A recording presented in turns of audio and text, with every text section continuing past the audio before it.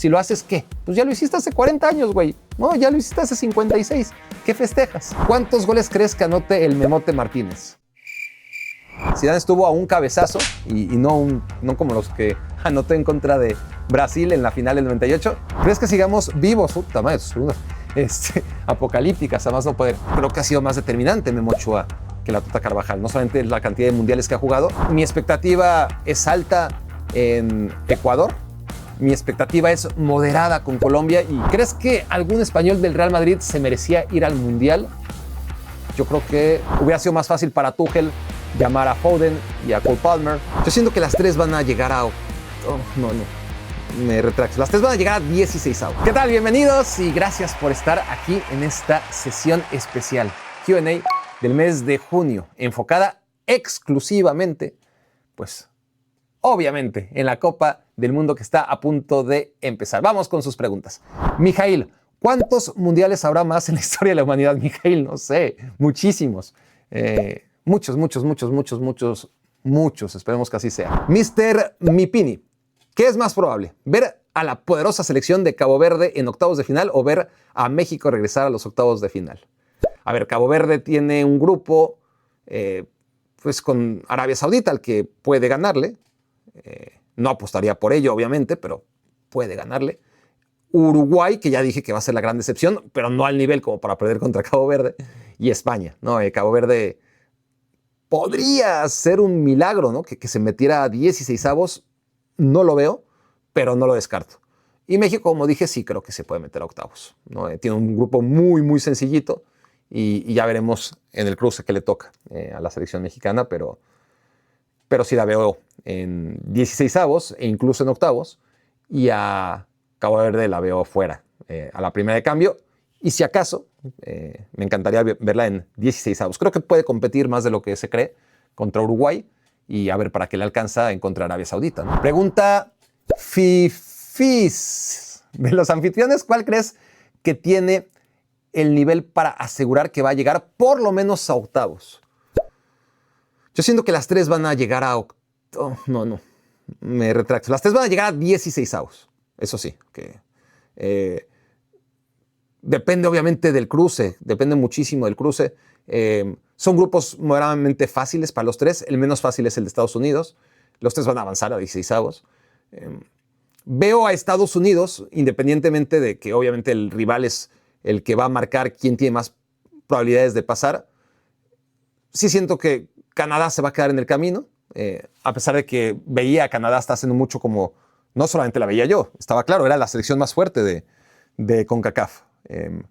Durante el proceso a Qatar, una buena selección en general, pero siento que se va a quedar. Insisto, depende mucho del cruce en 16avos. México siento que por ahí sí que se puede meter a octavos, y que en todo caso, si he de responder tu pregunta y cuál sería la que tengo más claro que podría hacerlo dentro de su inconsistencia y dentro de todas las dudas que despierta, tiene que ser Estados Unidos, la que tiene mejor calidad en la cancha, línea por línea, y es el más anfitrión de los tres, ¿no? A final de cuentas, camino a octavos, los tres son anfitriones, y luego a partir de ahí, pues obviamente ya Estados Unidos será el único anfitrión. Creo que estoy convencido que tiene a los mejores jugadores, y con eso pues mi expectativa es un poquito más alta que con Canadá y con México. NR Jero, ¿qué crees que tenga que pasar para que veamos a una selección bicampeona del mundo de forma consecutiva? Pues es que, no sé, que Kolo Muani en un mano a mano le anote a Dibu Martínez. Algo, ¿no? Estuvo tan cerca ¿no? Va a pasar, ¿no? En algún momento va a pasar, pero sí es algo complicado, obviamente. Francia estuvo muy cerca de hacerlo, dependió de centímetros, y Argentina creo que no va a llegar tan lejos. No me parece que esté en condiciones de jugar una final, pero sí creo que en algún momento el que sea campeón de este mundial puede ser campeón del Mundial 2030. Es verdad que con este formato ya va a ser todavía más difícil, ¿no? Antes era ganar, tu grupo, pero más allá de tu grupo era ganar 4 partidos, octavo, cuarto, semifinal, final. Ahora es ganar 5 partidos. Ya vimos, o estamos por ver, que el partido de 16avos no necesariamente va a ser un caramelito. Va a haber algunos que sean asequibles, otros que no lo sean. Entonces, la posibilidad de ser campeón ya no está a 4 partidos de distancia después de la fase de grupos, sino a 5. Y esto, pues, evidentemente afecta a todos, incluido el campeón. No es que solamente el campeón tenga que jugar un partido más, pero sí que en su camino tendrá una piedra más y por lo tanto no va a ser fácil, pero en algún momento pasará. No creo que tenga que pasar algo en particular, sino que es cuestión de que se den las cosas, ¿no? Andrés Reséndiz, ¿quién crees que repita primero como campeón del mundo? ¿Uruguay, no? ¿Inglaterra, España, Brasil o Italia? O sea, estás agarrando las selecciones campeonas del mundo, pero escogiste esas 5 en particular. No estás metiendo a Francia ni a Argentina. ¿Cuál es la otra que no quisiste meter? Metiste a Uruguay, a Inglaterra, a España, a Brasil o Italia. No está Francia, no está Argentina y no está Alemania. Intuyo por tu pregunta que piensas que esas es muy fácil que sean campeonas otra vez.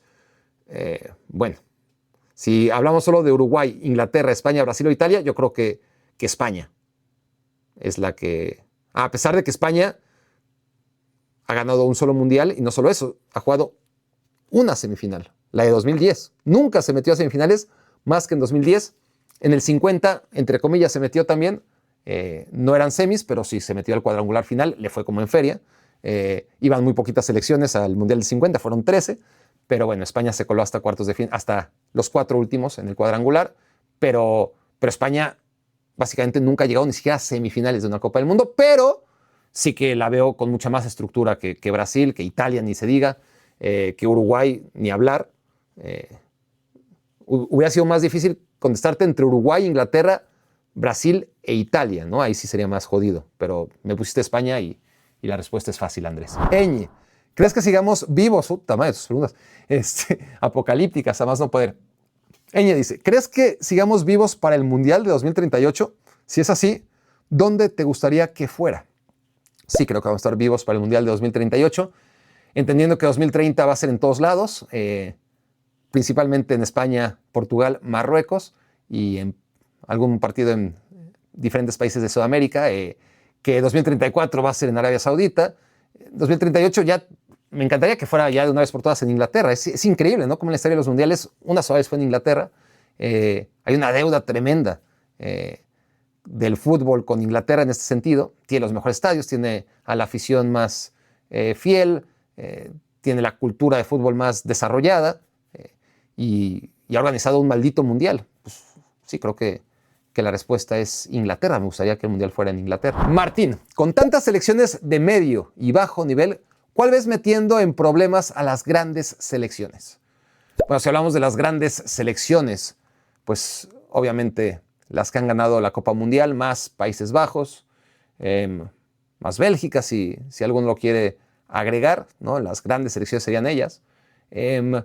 Pues Ecuador, como ya dije, un equipo muy difícil, que se defiende bien, que además ataca, no tiene grandes futbolistas para desequilibrar, pero tiene una idea, un plan de juego muy claro y tiene buen manejo de la pelota. Así que Ecuador va a ser muy difícil. Es uno de esos equipos que pueden hacer cosas importantes. Costa de Marfil, ya lo venía diciendo yo antes de que le ganara a Francia el partido amistoso, no que sea muy relevante, pero eso sí que llama la atención que Francia haya perdido contra Costa de Marfil antes de la Copa Mundial y que Costa de Marfil haya respaldado lo que yo ya veía antes de ese partido contra Francia, ¿no? Lo había visto en un par de amistosos y sobre todo que además de que es un equipo duro, vamos, tampoco le sobra demasiado, pero para estándares africanos es un equipo disciplinado, es un equipo con jugadores que pueden ser ultra determinantes, no nada más determinantes, sino ultra determinantes como Jan Diomandé, del RB Leipzig, Nicolas Pepe, de gran temporada en el Villarreal. Así que ese sería otro. Están en el mismo grupo, además. Así que ojo con Ecuador y Costa de Marfil, que están ahí con Alemania en el mismo grupo. Y Japón, como ya dije. Japón, creo que 4 veces lo he dicho en este Q&A. Me parece que va a ser esa selección que va a meter en problemas a las grandes selecciones, como siempre hace. Aper 2002. ¿Qué piensas de la lista final de la selección mexicana? ¿Quién falta o quién sobra? Pues a diferencia de Inglaterra, Aper 2002, aquí no falta nadie, no sobra nadie. Son muchísimos. O sea, para Inglaterra 26 son muy pocos, ¿no? Y quedan fuera necesariamente jugadores muy buenos. En México, pues no podemos decir lo mismo, no queda fuera nadie. Más allá de la lesión o de la no recuperación óptima de Marcel Ruiz, que me hubiera encantado verlo, o Montiel, que también las lesiones son las que hacen mucha exposición en el camino de ambos, pero se quedó también en el camino, ¿no? Ese Montiel que yo veía en el Pachuca, en el Mundial de Clubes, o bueno, en lo que se llamaba Mundial de Clubes, y ya nada más, honestamente, era la ilusión de lo que podían llegar a ser en 2026 y ni uno ni otro estaban en condiciones, así que sobran, pues sobran muchísimos, muchos, pero también con quién los reemplazas, no hay candidatos para reemplazarlos. ¿Quién me sobra? Pues sí, el Piojo Alvarado me sobra, pero no hay extremos en la selección mexicana. ¿Quién me sobra? Santi Jiménez, que no metió más que un gol en toda la temporada, me súper sobra. Pero ¿a quién metemos en su lugar? ¿A Berterame? Pues no, prefiero llevarme a Santi Jiménez. Entonces, sobran muchos, honestamente. ¿Memo Ochoa sobra? Pues sí, en parte, pero ¿es uno de los 3 mejores porteros de México por descarte? Sí, lo es. Entonces, sería una injusticia, honestamente, dejarlo fuera. Entonces, me falta Malagón, posiblemente, tampoco era la gran cosa, pero pues, se lesionó, ¿qué le hacemos, no? Entonces, no me falta nadie que no esté lesionado, y sí me sobran muchísimos, pero pues hay que completar una lista de 26. A-Rod, ¿cuántos goles crees que anote el Memote Martínez? 0. Gino, ¿cuál crees que sea el mayor legado del Mundial de 2026? ¿Ves que pase algo épico, récords, cualquier cosa que lo convierta deportivamente en inolvidable? No lo veo, Gino. Con 48 equipos, con 3 sedes, con tanta lejanía entre una y otra, con el calor, ojalá me sorprenda, pero no veo nada de eso. Kaelino Espinosa, por cada línea, ¿cuál te parece la mejor selección? Me refiero a la mejor defensa, media, delantera. A ver, no me preguntas por la portería, pero te la contesto de una vez, Kaelino. Bélgica. La mejor portería la tiene Bélgica, no solamente por Thibaut Courtois, que también, sino porque los 3 porteros podrían ser arquero titular en la gran mayoría de las selecciones mundialistas. Porque más de Courtois tienes a Sen Lamen, el arquero del Manchester United, y de tercer portero tienes a Mike Penders, el del Strasbourg, que fue posiblemente el mejor o el segundo mejor portero esta temporada en la Liga, que pertenece al Chelsea y que con los problemas que tiene Chelsea en la portería, vamos a ver si Xabi Alonso se anima a apostar por Mike Penders, ahora mismo tercer portero de la selección de Bélgica. Otra cosa, ¿no? No le pidas por un sustituto de Lukaku, por un defensa central de primer nivel, por laterales. No, Bélgica no tiene nada de eso. Lateral por izquierda me refiero, porque por derecha sí que tiene a Castagne. Pero no, lo que sí tiene son porteros, solamente va a poder utilizar a uno. Ahora, si hablamos de línea defensiva, esta tiene que ser Ecuador. Ecuador, con pocas dudas, ¿no? El nivel que tiene Piero Hincapié, que tiene William Pacho, cada uno estuvo en su respectivo equipo en la final de la Champions League. Habla por sí solo, ¿no? Esta reflexión. Y luego tienes a gente como Ordóñez, que ahora mismo juega en el Brugge, pero que no por mucho tiempo. De hecho, estoy convencido que más allá de lo que pueda pasar este verano en el Mundial, va a jugar en uno de los equipos importantes de Inglaterra. Así que definitivamente Ecuador. Países Bajos tiene también una gran defensa, pero Van Dijk no está ya en su mejor momento, ni cerca de ello. Así que la mejor defensa, hombre por hombre, es la de Ecuador. Y si hablamos de números, ni hablar, ¿no? Una defensa que recibió 5 goles en una eliminatoria de 18 partidos en CONMEBOL es algo extraordinario. Como extraordinaria es la media cancha de Portugal, ¿no? Porque tienes a Bruno Fernández en su calidad de mejor jugador de la Premier League 2025-2026. Si alguien pensaba que estaba en decadencia, se equivocó. Luego tienes, obviamente, a Bernardo Silva. Este sí ya en una fase, si no decadente, sí de claro declive, pero de todas formas no deja de ser un jugador genial. Y sobre todo tienes a João Neves y a Vitinha, ¿no? 2 de los motores, si no es que los motores principales del bicampeón de la Champions League. Así que sí, sin duda. Claro que falta un contención, un hombre, claro, Joao Neves no es ese hombre, ¿no? que te va a ganar y te va a cortar centros y va a ganar por poderío físico. Lo que tuvo Portugal muchos años con diferente gente, con Meireles, por ejemplo, con Danilo Pereira. No hay un jugador así. Palhinha era el llamado a hacerlo. Gran temporada hace 2 o 3 años en el Fulham, que lo llevó al Bayern Múnich. Palhinha se perdió terriblemente y ni siquiera está convocado. Así que, obviamente, todos tienen sus carencias, pero la selección de Portugal claramente tiene la mejor mitad del campo, como, sin duda, Francia no solamente tiene el mejor ataque de este Mundial, sino que quizás tendríamos que remontarnos al Mundial del 70, ¿no? Y la selección brasileña, sino es que al 62. Algún historiador que me diga cuál fue mejor, si hablamos solamente de la línea de ataque, ¿no? de esas selecciones brasileñas, la del 58 también, por supuesto.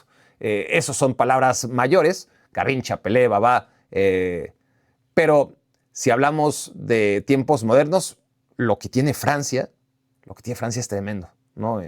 Tienes al campeón no solamente al campeón de la Champions League, sino el ganador del Balón de Oro, ¿no? en Dembélé. Tienes al último ganador del Golden Boy al mejor jugador joven. O sea, tienes el mejor jugador adulto y el mejor jugador joven. Y además tienes a Michael Olise, que fue solamente después de Harry Kane, y esto es en mi arrogante punto de vista, el mejor futbolista de la temporada en Europa. Y si no fue el segundo, habrá sido el tercero, ¿no? Pero ahí estuvo. Entonces tienes al Balón de Oro, tienes al Golden Boy, tienes al mejor, o uno de los 3 mejores de esta temporada, pongámoslo así, en Michael Olise, o Michael Olise.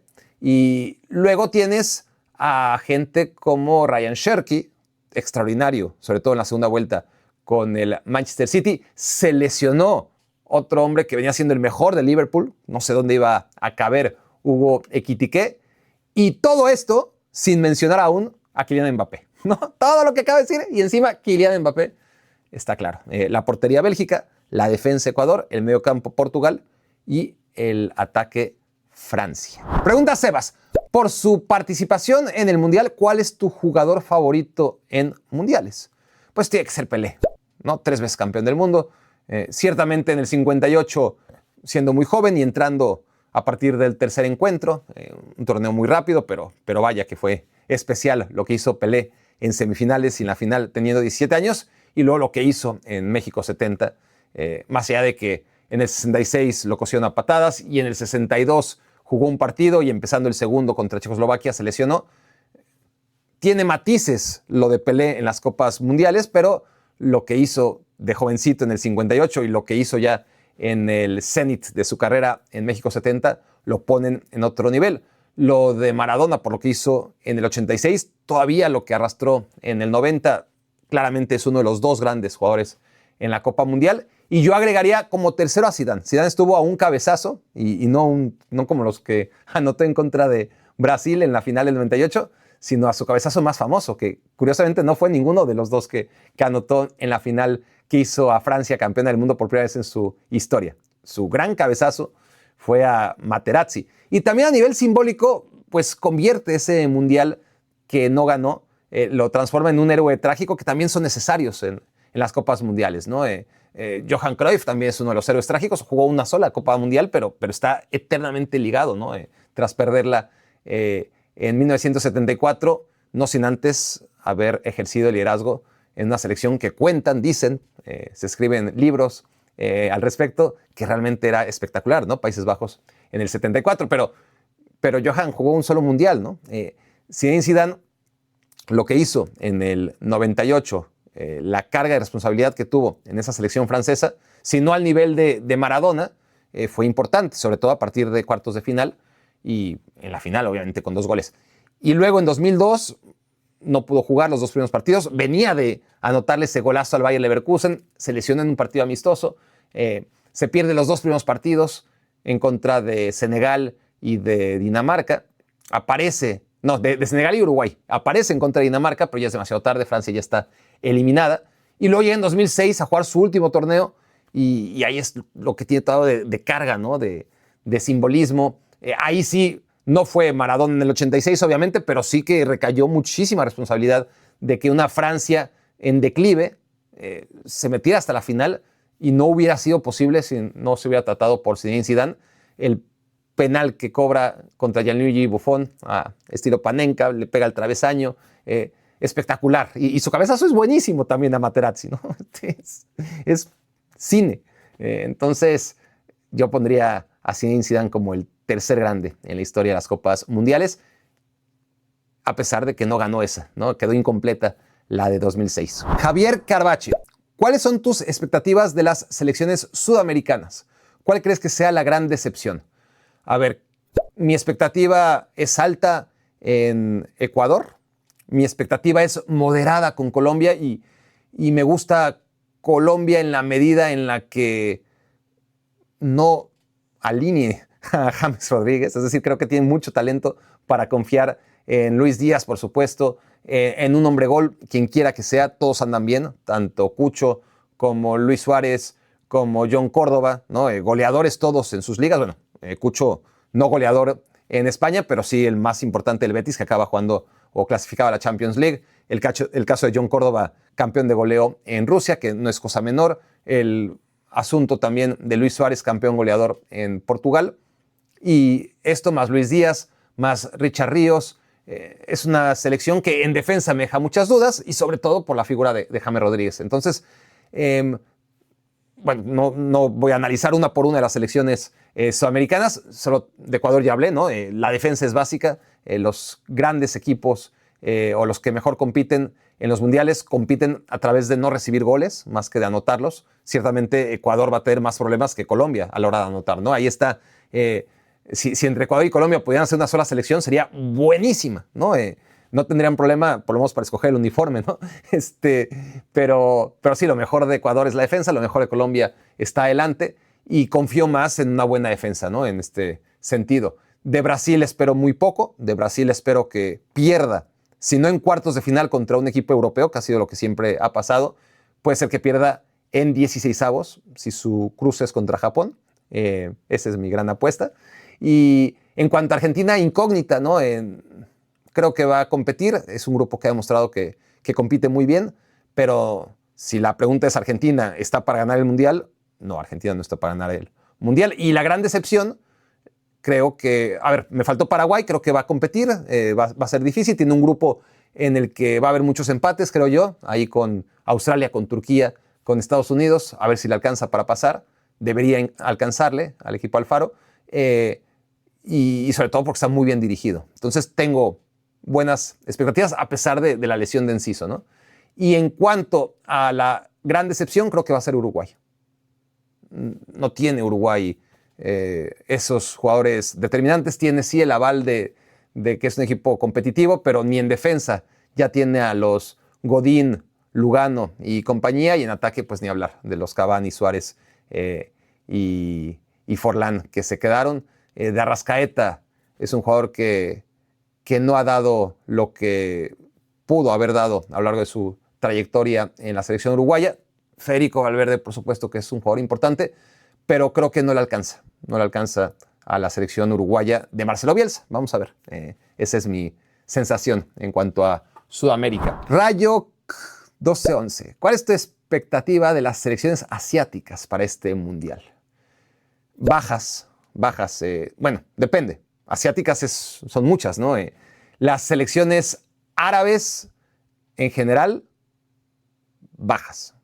No las veo ni a Irak, ni a Arabia Saudita, ni a ninguna de las selecciones árabes que han clasificado. Obviamente Qatar tampoco.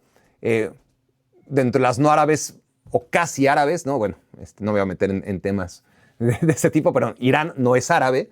De Irán sí que por el factor emocional y todo lo que envuelve su presencia, y un grupo muy fácil, tiene un grupo regalado, creo que Irán puede hacer algo. Vamos, meterse a 16avos, ¿no? Algo así. Sí creo que a diferencia de Qatar y compañía, Irán sí que puede hacer más que aquellos. Y me refiero a aquellos, pues Qatar, Jordania, Irak, Arabia Saudita. En cuanto a Uzbekistán, pues una incógnita, no lo veo superar su grupo tampoco. 16avos no me escandalizaría, pero no lo veo. También creo que se queda fuera. Y Japón sí, Japón lo veo muy lejos. Siempre veo muy lejos a Japón, pero en este proceso está muy justificado. Es un equipo que juega muy bien, que tiene muy claro a lo que juega. Solamente España creo que tiene una identidad de juego tan bien desarrollada como Japón a través de los años.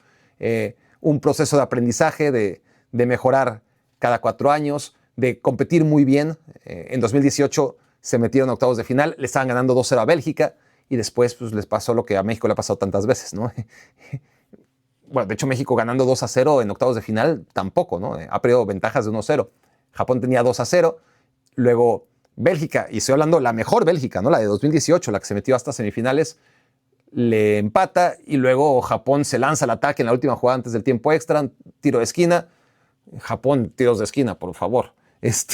Y claro, contragolpe, gol de Bélgica y adiós mundial. Pero luego lo de 2022 fue sensacional, ¿no? Lo de 2022 en un grupo en el que hasta yo, que soy, decía, puta, qué mala suerte tiene Japón, ¿no? Japón, Dios, por bien que jueguen, pues no tiene manera de pasar. Era un mundial en el que clasificaban 2 todavía, ¿no? Con Alemania y con España no había manera. Y no solamente pasó, sino que le ganó a los 2. Luego perdió en penales en contra de Croacia en octavos de final. Y este mundial, pues en el camino, estoy hablando de partidos recientes, le ganó a la Alemania de Hansi Flick 4-1 en Wolfsburg, ¿no? En campo del Wolfsburgo. Y fue el último partido, de hecho, fue la última gota que derramó el vaso de Hansi Flick. Cortesía entonces de la selección japonesa, que al Barcelona le haya ido también en los últimos 2 años. Pero después de eso, tuvo a la Brasil de Ancelotti y le ganó.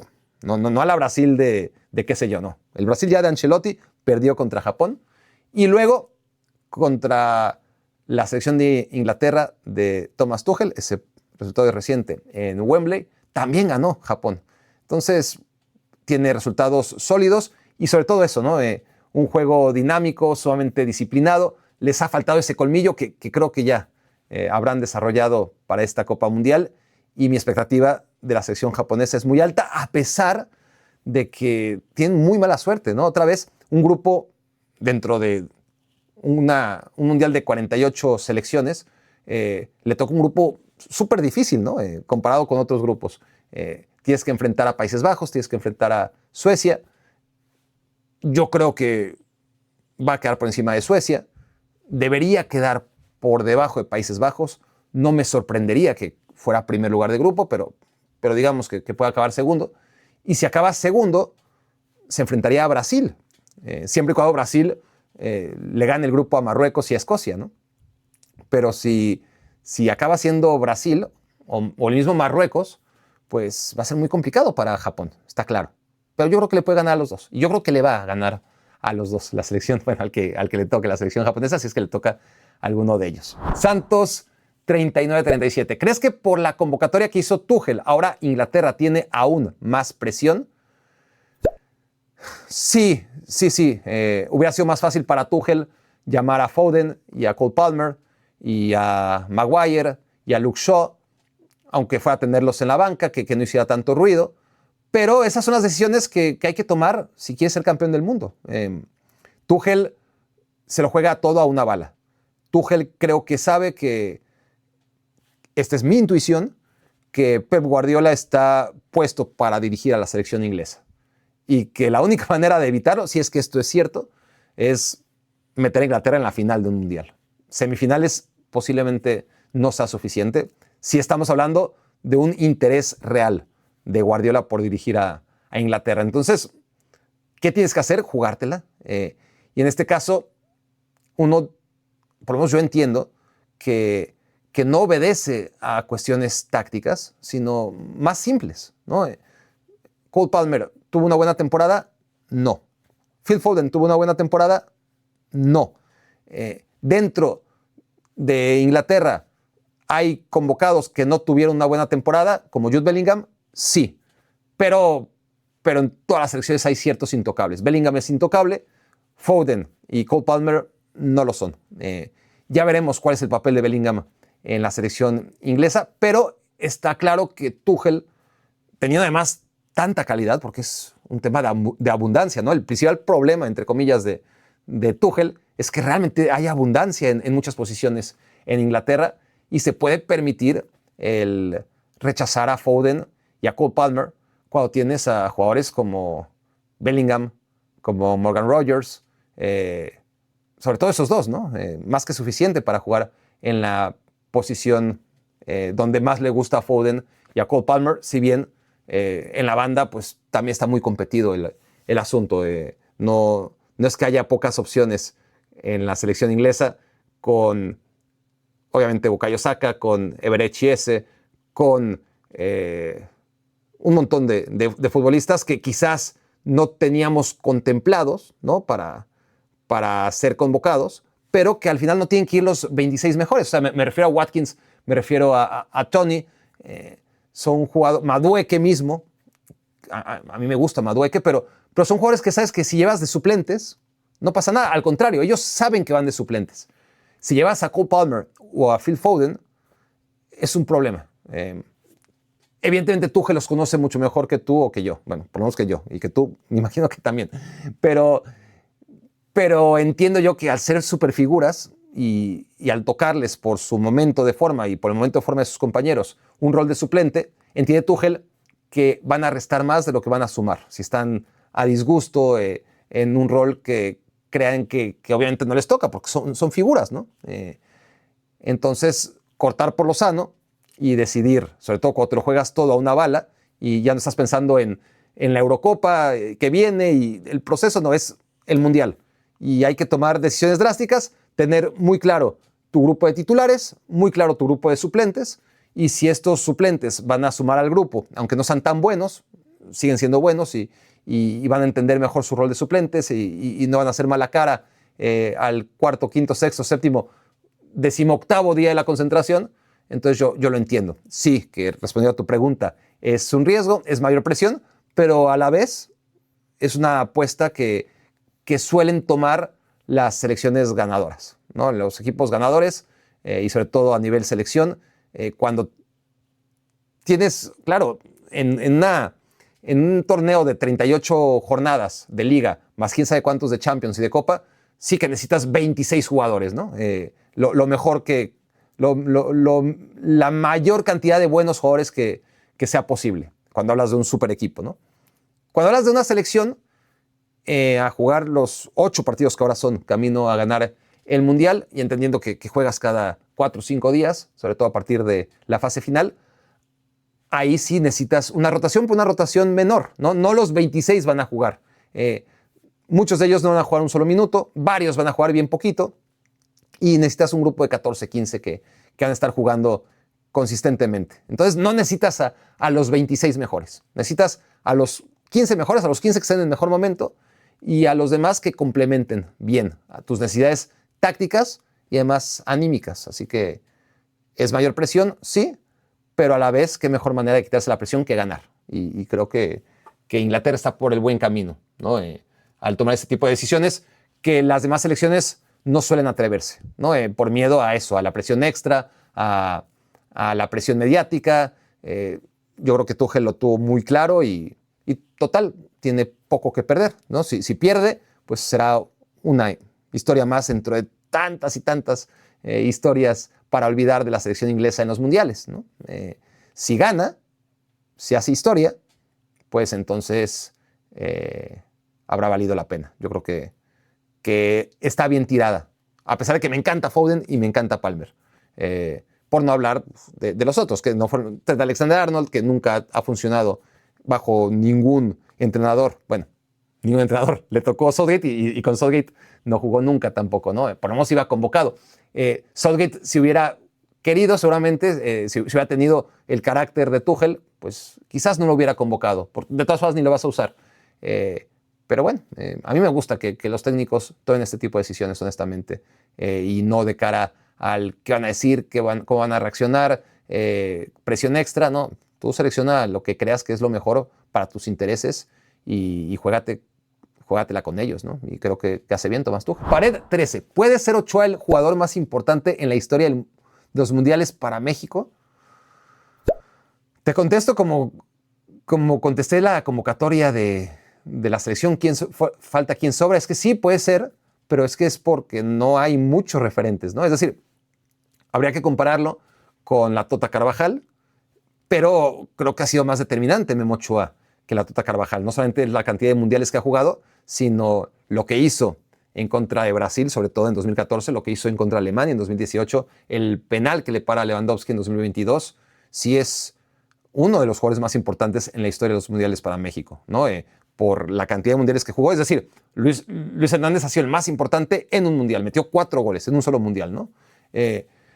Cuauhtémoc Blanco fue importante en 2002, menos, pero todavía en 2010 hizo lo suyo. En el 98 fue en el que junto a Luis Hernández lució más. Yo creo que Cuauhtémoc Blanco sigue siendo uno de los jugadores más determinantes en la historia de México en los mundiales.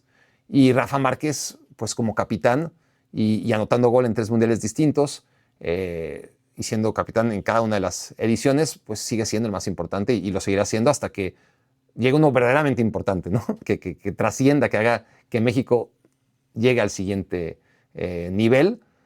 Por ahora Memo Ochoa no lo pondría ahí. Sí que lo pondría en un grupo de debate, ¿no? Por debajo de Rafa Márquez, por debajo de Cuauhtémoc Blanco, no muy por debajo tampoco. Quizás incluso al nivel, si estamos hablando exclusivamente de los mundiales, sí creo que tiene credenciales para estar ahí. En el debate con Márquez, con Cuauhtémoc, aunque sea un solo mundial, con Luis Hernández, así como Johan Cruyff fue un solo mundial, rebajando 1 millón de niveles a la realidad del fútbol mexicano. Luis Hernández jugó 2, ¿no? Pero en el 2002 ya estaba arrastrándose. Entonces, por ahí estaría mi respuesta. Jova77, ¿cuál es el mejor balance para ti de número de selecciones en un mundial? ¿16, 24, 32 o 42? A ver, depende. 16 son muy poquitas, ya a estas alturas, se quedarían fuera muchas. Como en tiempos pasados, pues había mucha calidad en la fase de grupos generalmente, pero si quieres distribuir, ¿no? Europa, Sudamérica, África, Asia, como tiene que hacerse en un mundial, no pueden ser solo 16. 24 sería el número ideal si no fuera un número tan jodido para una competencia, ¿no? Porque son 24 y ¿qué haces? Pues como se hacía antes, ¿no? 6 grupos de 4 y que pasen los mejores terceros, lo que va a pasar ahora, pero al doble.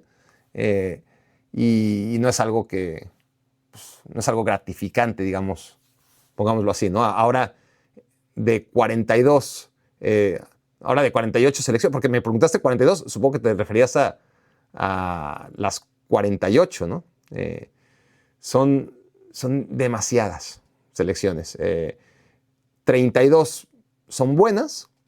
Insisto yo en que 24 estaba bien, pero el problema era el mismo que ahora tenemos con 48. Con 48 tenemos el doble problema, porque son demasiadas y tenemos un sistema de competencia con un número muy jodido, que nos va a llevar al 64, que son demasiadas, es terrible, es inimaginable, no quiero ni pensar en ello, pero es un número, pues, que se parte bien, ¿no? 64 en 32, en 16, en 8, en 4, en 2 y en 1, de la misma forma que el 32. Todos los múltiplos de 8 son los que ayudan a este tipo de torneos.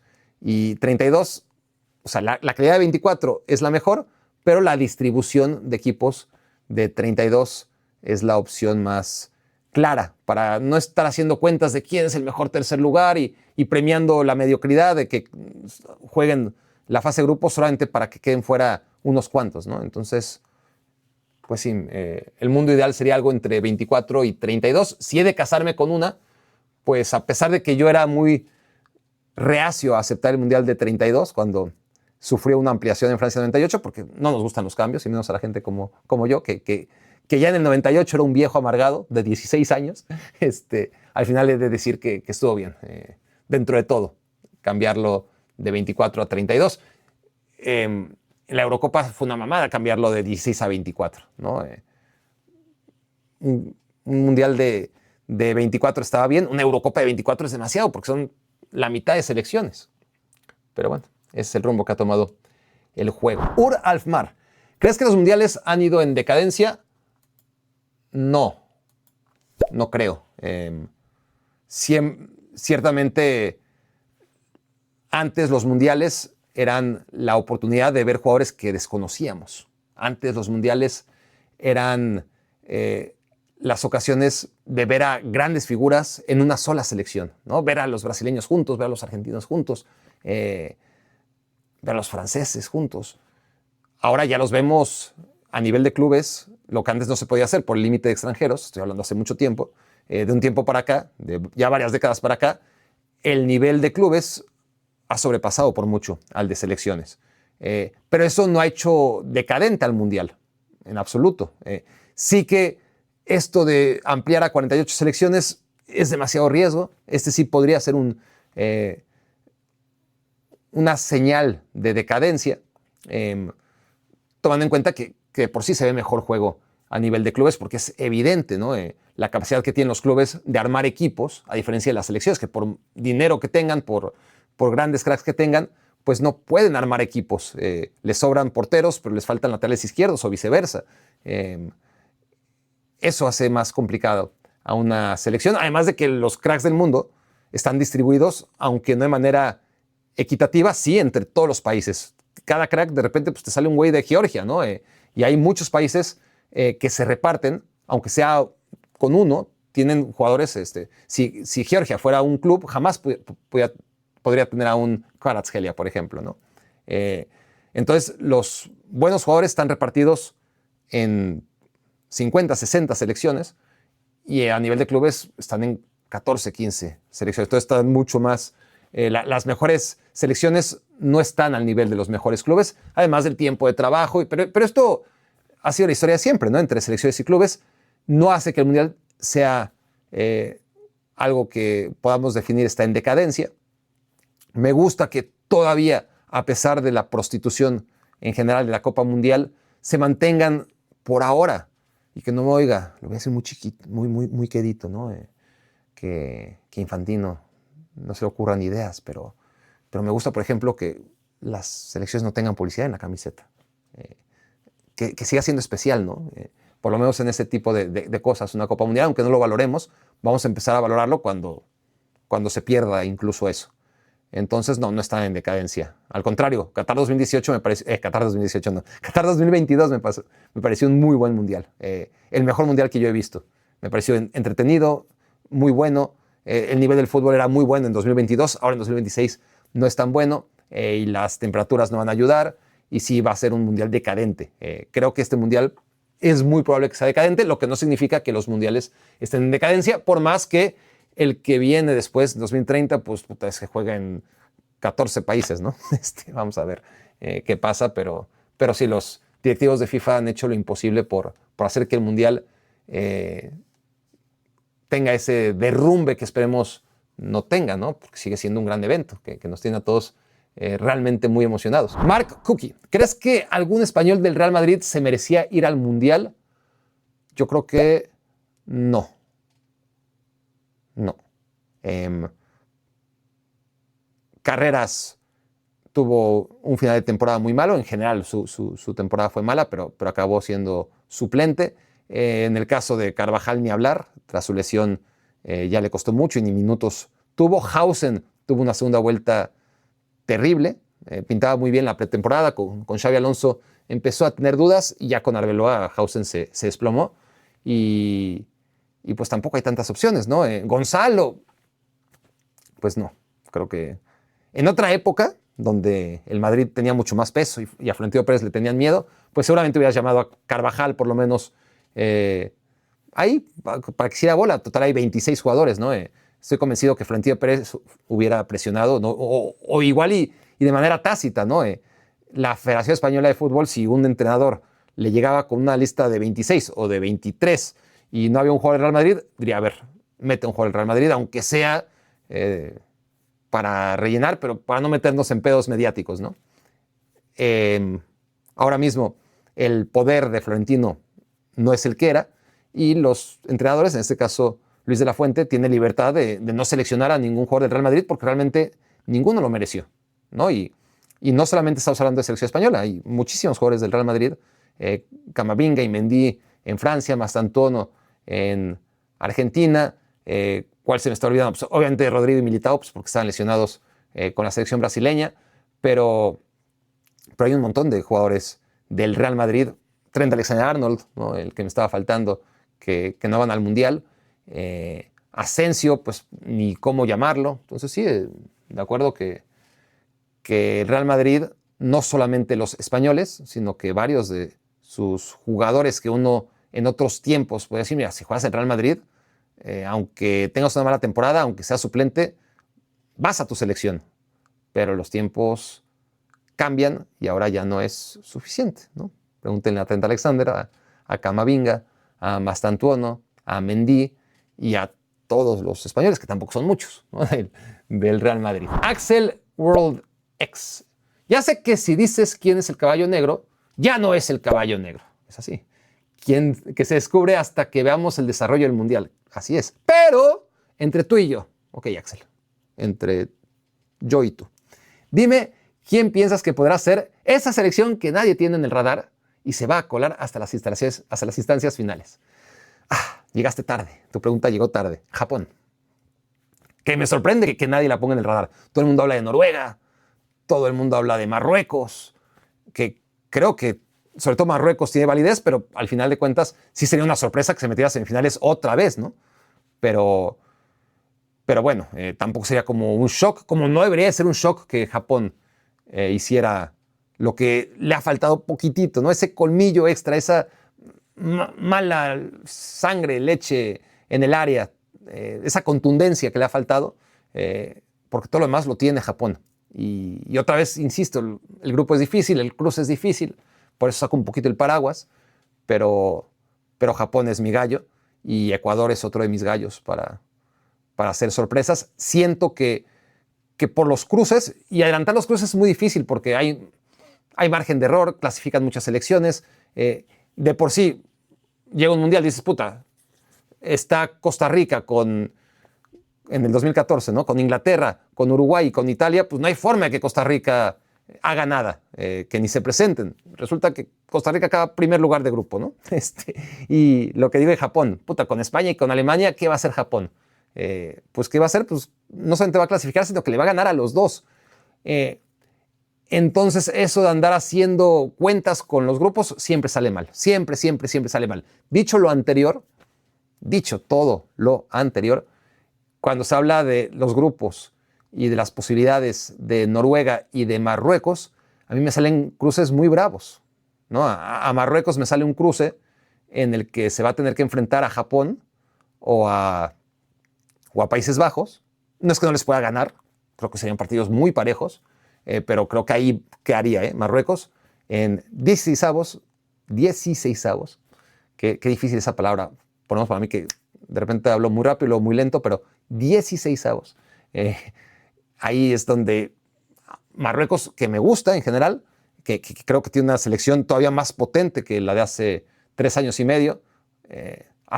Hay que ir con Abde, que se lesionó, pero realmente era Brahim y Abde lo que le daban, y Diop en defensa, ¿no? Una plusvalía importante respecto al Mundial pasado. Abde se lesionó en el último partido amistoso, a ver cómo sigue.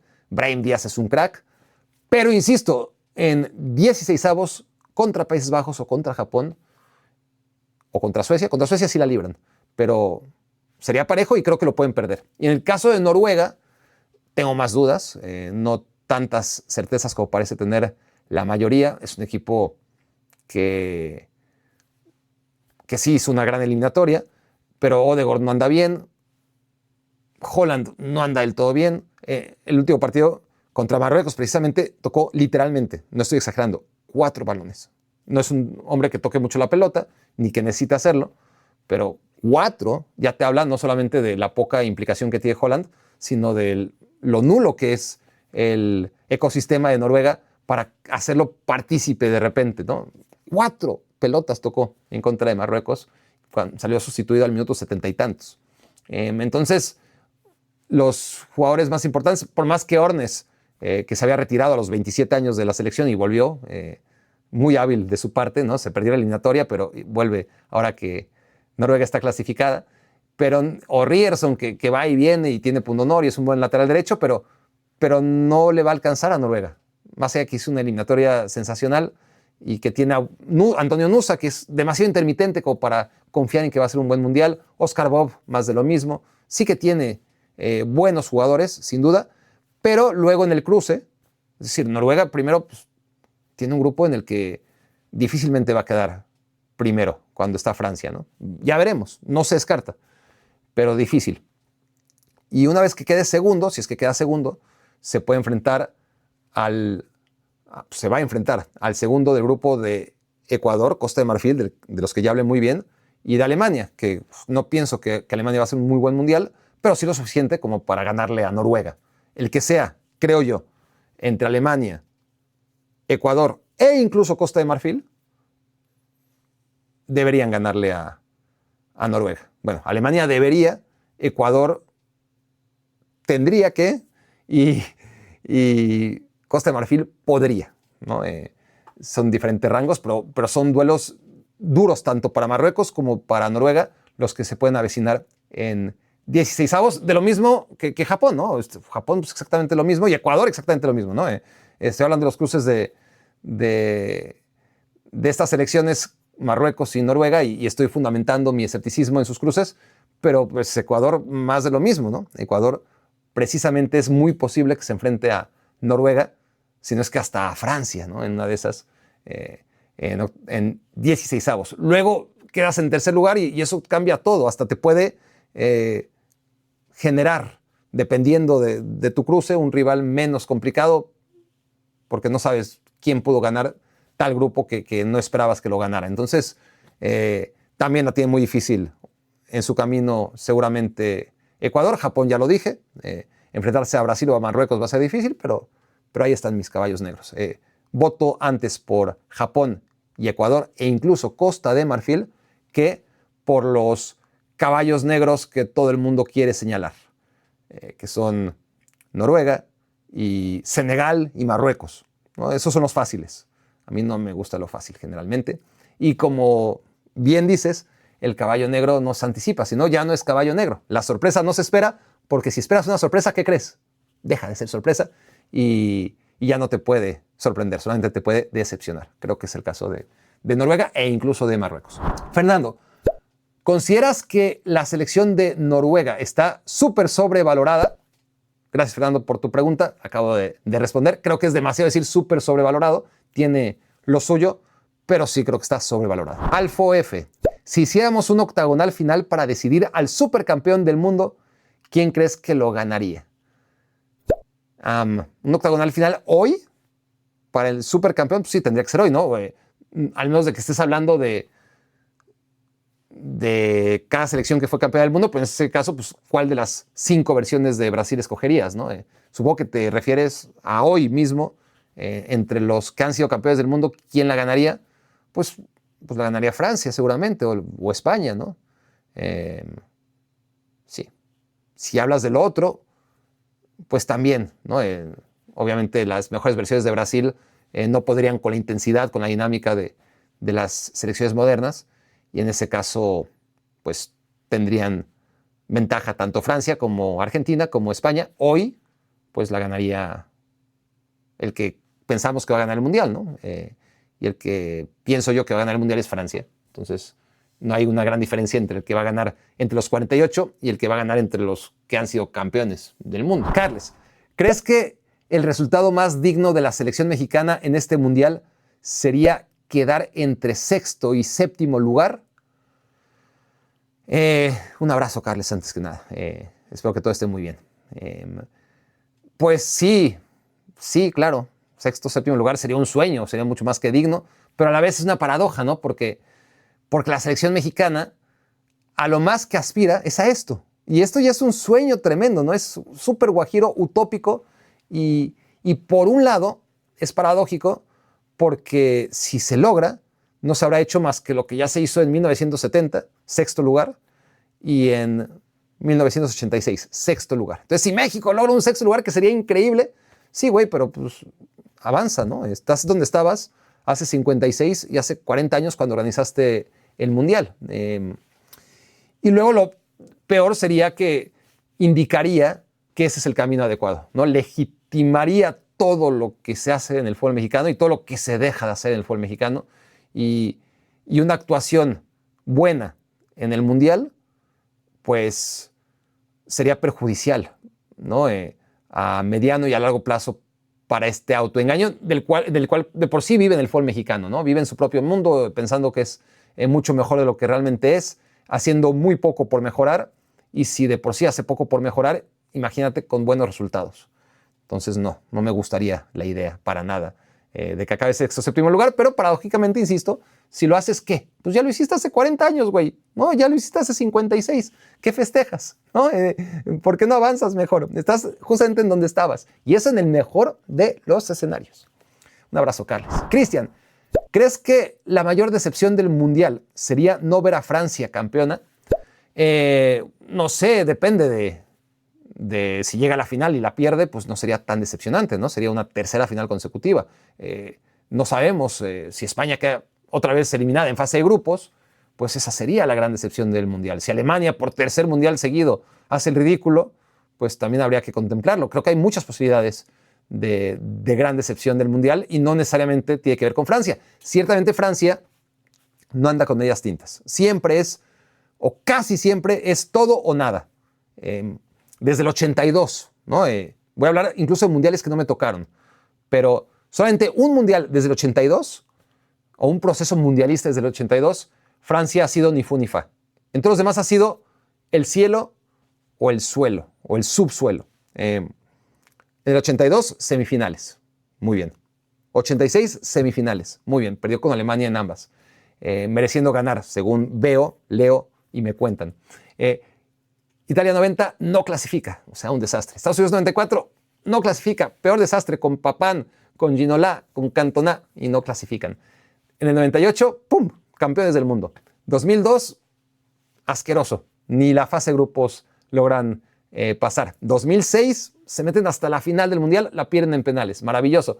2010, otra vez un desastre espeluznante en Sudáfrica. 2010, se quedan fuera al segundo partido, como les pasó en 2002. Cada vez que llegaban a una final, el aterrizaje era horrible, hasta que en la última pues no les pasó, pero antes de eso ocurre, después de 2010, que es un desastre, 2014, que es la única en la que ni fu ni fa, quedan en cuartos de final, pierden contra Alemania, y en 2018 son campeones del mundo, y en 2022 llegan a la final, la pierden en penales, es decir, Francia es todo o nada, y no solamente es que se meta a finales de los mundiales, sino que cuando las pierde en penales, ¿no? Las dos que perdió contra la selección argentina, contra la selección italiana en penales, las dos que ganó, pues las ganó de manera contundente, muy contundente, a Brasil y a Croacia. Juan Hernández, ¿cuánto crees que afecte a las selecciones los juegos con el extremo calor de las tardes? Pues muchísimo. Hablaba, por ejemplo, de la única actuación que fue ni fu ni fa de Francia desde el 82, fue precisamente en Brasil 2014 y particularmente en un partido de cuartos de final en Maracaná con un calor terrible. Creo que fue el partido más caliente del Mundial. Caliente de calor, o sea, caliente de temperatura, no porque se vivió en la cancha. Fue un partido, pues, lo que esperas, ¿no? De un partido en Maracaná, cuartos de final, Alemania contra Francia y jugándose con un calor terrible. Entonces, pues sí, claramente va a afectar a las elecciones. Y hasta aquí llegamos con las preguntas del Mundial. Ahora vamos a pasar exclusivamente para miembros las preguntas personales o de temas varios. Gracias a todos los no miembros por atender a este Q&A, por estar interesados en mis respuestas. Los invito a suscribirse y, ¿por qué no? Si les gusta la idea, hacerse también miembros del canal para disfrutar de una relación más directa, más íntima, más constante y sacar todos los beneficios que ofrece este canal de YouTube. Por ahora, los que no son miembros, nos vemos muy pronto y seguimos entonces con los miembros.